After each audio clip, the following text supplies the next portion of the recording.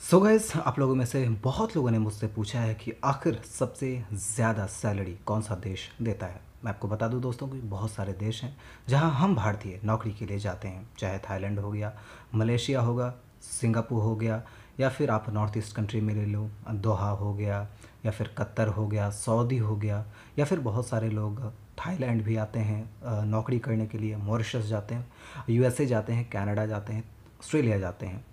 तो आखिर सबसे ज़्यादा सैलरी कौन सा देश देता है? मैं अब आपको बता दूं दोस्तों कि हर एक देश का अपना एक नॉर्मल सैलरी होता है, ओवरऑल एवरेज सैलरी होता है।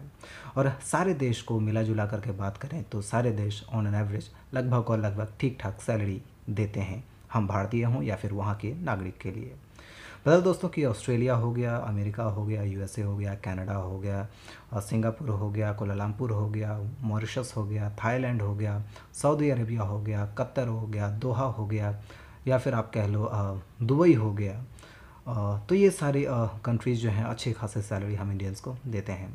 चाहे आप किसी भी पोस्ट पर क्यों नहीं जा रहे हो, उस पोस्ट के बिहाफ से आपको अधिक ही सैलरी मिलती है। स्पेशली हम भारतीय की बात करें तो जो सैलरी आपको इंडिया में मिलता है उससे कई ज़्यादा सैलरी आपको अन्य देशों में मिल सकता है। लेकिन बात यहाँ यह होती है दोस्तों कि बहुत सारे देश में जो है लाइफस्टाइल उनका थोड़ा सा अलग भी होता है। यदि आप थोड़ा अपर क्लास की जॉब के लिए जाते हो तो उस लाइफस्टाइल को मैच कर पाना उतनी सैलरी में जो है वही बात हो जाती है। ओवरऑल जो सैलरी इंडिया में हम लेते हैं वह उससे कई ज़्यादा सैलरी हमें दूसरे देशों में मिलती है, लेकिन वो सैलरी उसी देश में रह जाती है, खर्च हो जाते हैं आपका रहना खाना पीना वगैरह सब कुछ मिला करके। खैर, यदि हम पॉइंट पर आएँ कि सबसे ज़्यादा सैलरी कौन सा देश देता है, तो जो देश सबसे ज़्यादा सैलरी देता है उस देश में सबसे ज़्यादा पैसे खर्च होते हैं। अभी के समय में बहुत सारी कंट्रीज़ हैं जैसे कि ऑस्ट्रेलिया हो गया, अच्छी खासी सैलरी देता है, एवरेज सैलरी उसकी बहुत अच्छी है। यूएसए हो गया, कनाडा हो गया, बहुत अच्छी सैलरी देता है, लेकिन वहाँ खर्च भी होते हैं। इतना ही नहीं, नॉर्थ ईस्ट कंट्री हो गया, सऊदी, दोहा,